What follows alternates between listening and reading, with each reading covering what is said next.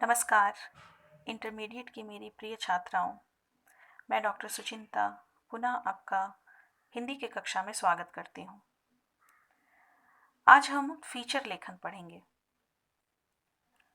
संचार अभिव्यक्ति का माध्यम है, ये हमें और आप सबको पता है। आज मानव अपनी अभिव्यक्ति दूसरों तक पहुँचाने के लिए संचार माध्यमों का सहारा लेता है।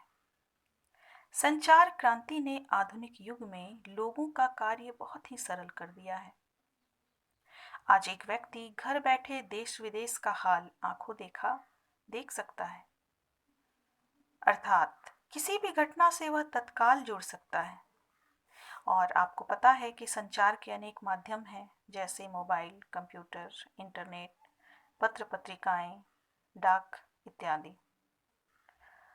अब हम पत्र पत्रिका की बात करें तो पत्र पत्रिका जिसमें ज्ञान विज्ञान, मनोरंजन, सिनेमा, राजनीति तथा अन्य प्रकार की जानकारी उपस्थित रहती है। इस लेखन में समाचार लेखन तथा फीचर लेखन का विशेष महत्व है। तो मैंने कहा कि पत्र पत्रिका में समाचार लेखन तथा फीचर लेखन का विशेष महत्व है। समाचार लेखन जहां लोगों को किसी घटना से जुड़ी जानकारी उपलब्ध कराता है, वहीं फीचर लेखन जानकारी के साथ साथ रोचक तथ्य भी उपलब्ध कराता है। इसके साथ साथ वह लोगों का मनोरंजन भी करता है, अर्थात उसके तहत उसके दो कार्य हैं फीचर लेखन के तहत, एक तो मनोरंजन कराना और दूसरा रोचक तथ्य को उपलब्ध कराना। समाचार पत्र उल्टा पिरामिड शैली में लिखा जाता है, अर्थात शैलीगत तौर पे समाचार पूरी घटना का विस्तार देते हुए सार की ओर हमें अग्रसित करता है। वहीं फीचर लेखन में कोई प्रतिबंध नहीं होता। फीचर लेखन किसी घटना का सजीव चित्रण होता है, अतः इसमें पात्र की भूमिका अहम रहती है। इसकी शैली आकर्षक होती है तथा फीचर लेखन समीक्षा शैली के निकट पाया जाता है। यहाँ मैंने समाचार लेखन तथा फीचर लेखन को आपको समझने जैसी कोई दुविधा ना हो, क्योंकि बहुत सारे छात्र छात्राएं हैं जिनको ये दुविधा होती है कि समाचार लेखन और फीचर लेखन एक ही है। तो यहाँ मैंने इन दोनों में तुलना इसलिए आवश्यक समझा, इसलिए आपको मैंने दोनों शैली के बारे में बताया, ताकि आपके दिमाग में ये बात बिल्कुल साफ हो जाए कि समाचार लेखन अलग है और फीचर लेखन अलग है। तो आइए, शायद ये दुविधा दूर हो गई हो आपकी। फीचर लेखन को हम विस्तार से देखें, उस पर विस्तार से बात करें। सबसे पहला प्रश्न यहाँ खड़ा होता है कि फीचर क्या है, फीचर क्यों लिखा जाता है, फीचर कैसे लिखा जाता है, फीचर की शैली कैसी होती है तथा फीचर लेखन का प्रारूप कैसा होना चाहिए। ये कुछ प्रश्न हैं जो हमारे जहन में कौंधते हैं, हमें परेशान करते हैं। तो सबसे पहले हम फीचर शब्द को देखें। फीचर शब्द जो है वो अंग्रेजी का शब्द है जिसका अर्थ है आकृति। साधारण अर्थ में हमें किसी भी चीज की वही आकृति पसंद आती है जो आकर्षक, मनोरंजक और सोच विचारों से भरी हो। फीचर भी अपने अंदर इन्हीं सारे गुणों को समेटे हुए है। मैंने आपसे कहा कि फीचर लेखन जो है, जिस प्रकार एक आकृति हमें तभी सम्मोहित करती है जब वो कैसा हो, आकर्षक हो, मनोरंजक हो और सोच विचारों से भरी हुई हो। ठीक फीचर लेखन भी इन्हीं सारे गुणों को अपने अंदर समेटे हुए है। मनोरंजन पूर्ण समाचार ही फीचर लेखन कहलाता है। अगर हम साधारण तौर पे कहें तो मनोरंजक पूर्ण समाचार ही फीचर लेखन कहलाता है। ये फीचर लेखन की बाध्यता है कि वो मनोरंजक होनी चाहिए, परंतु फीचर में मनोरंजन के साथ साथ सूचना, समाचार और समस्या का समाधान भी होना अत्यंत आवश्यक है।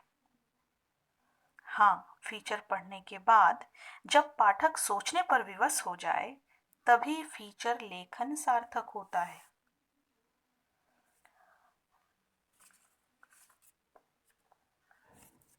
फीचर लेखन हमेशा अखबार, पत्रिका या आवधिक पत्रिका में ही छपते हैं। इस दृष्टि से उपलब्ध स्थान के आधार पर फीचर की शब्द सीमा भी निर्धारित होती है।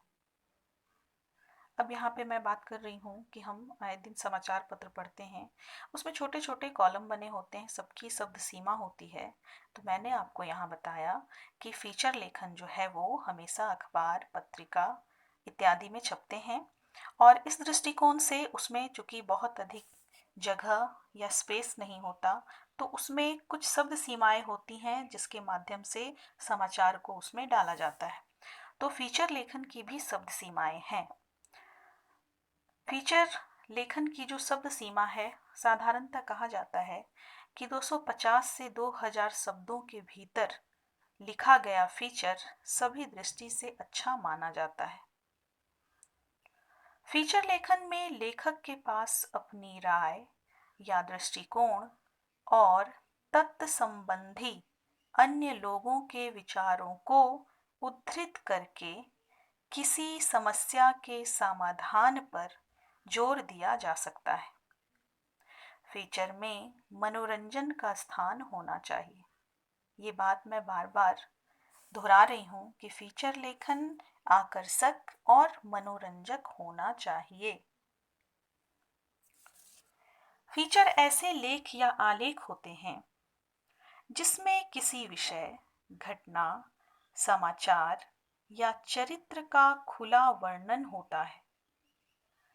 फीचर का उद्देश्य सामान्य पाठक का मनोरंजन करना अथवा उसकी जानकारी बढ़ाना होता है। डॉक्टर पुरुषोत्तम दास टंडन के मतानुसार हम अगर देखें तो वे कहते हैं, फीचर एक प्रकार का गद्य गीत है जो नीरस, लंबा और गंभीर नहीं हो सकता, क्योंकि मनोरंजक और जानदार होना उसकी विशेषता है। अर्थात फीचर सरस, सहज और दिलचस्प गद्य है जिसमें ऐसी लयात्मकता होती है कि पाठक एक ही बैठक में संपूर्ण फीचर को पढ़ जाए। अब देखिए, हम यहाँ देखें कि एक अच्छे फीचर के गुण क्या क्या होने चाहिए। तो एक अच्छे फीचर के निम्नलिखित गुण होते हैं कि फीचर का महत्व इस बात में है कि वह किसी बात को थोड़े से शब्दों में रोचक और प्रभावशाली ढंग से कहे। ये इसका प्रथम गुण है। दूसरा है कि फीचर लेख पुस्तकीय ज्ञान पर नहीं, अपितु आँख, कान, भाव, अनुभूति, मनोवेग और अन्वेषण के सहारे लिखे जाते हैं। तीसरा गुण है कि फीचर में हास्य, कल्पना एवं चिंतन का पुट होता है। चौथा गुण है कि फीचर की सफलता नवीनतम शैली में अच्छे आरंभ और खूबसूरत अंत पर निर्भर करती है। तो आपको फीचर के गुण समझ में आ गए होंगे। एक और महत्वपूर्ण बात है फीचर लेखन के संदर्भ में कि फीचर में चित्रों का समावेश आवश्यकता अनुसार किया जा सकता है। आपने देखा होगा समाचार लेखन के दौरान भी समाचार पत्र आप पढ़ती हैं या फिर टीवी पर समाचार चैनलों पर समाचार जो प्रसारित किया जाता है, तो आपने गौर किया होगा कि किसी समाचार को जब वक्ता बोलता है या फिर आप समाचार पत्र में जब समाचार पढ़ती हैं, तो उस समाचार को और अधिक आकर्षक बनाने के लिए समाचार से संबंधित चित्र वहाँ अंकित होते हैं। तो फीचर लेखन में इसकी गुंजाइश होती है कि आप उस फीचर लेखन को और अधिक आकर्षक, सुंदर बनाने के लिए चित्रों का समावेश आप आवश्यकता अनुसार कर सकती हैं। इससे हमारा फीचर लेखन जो है वो और अधिक आकर्षक होगा। फीचर की विश्वसनीयता को ध्यान देते हुए तथ्यों को क्रमबद्ध तरीके से प्रस्तुत करना आवश्यक होता है कि जब हम फीचर लेखन करें किसी घटना, किसी विषय पर, तो उसमें एक क्रम होना चाहिए।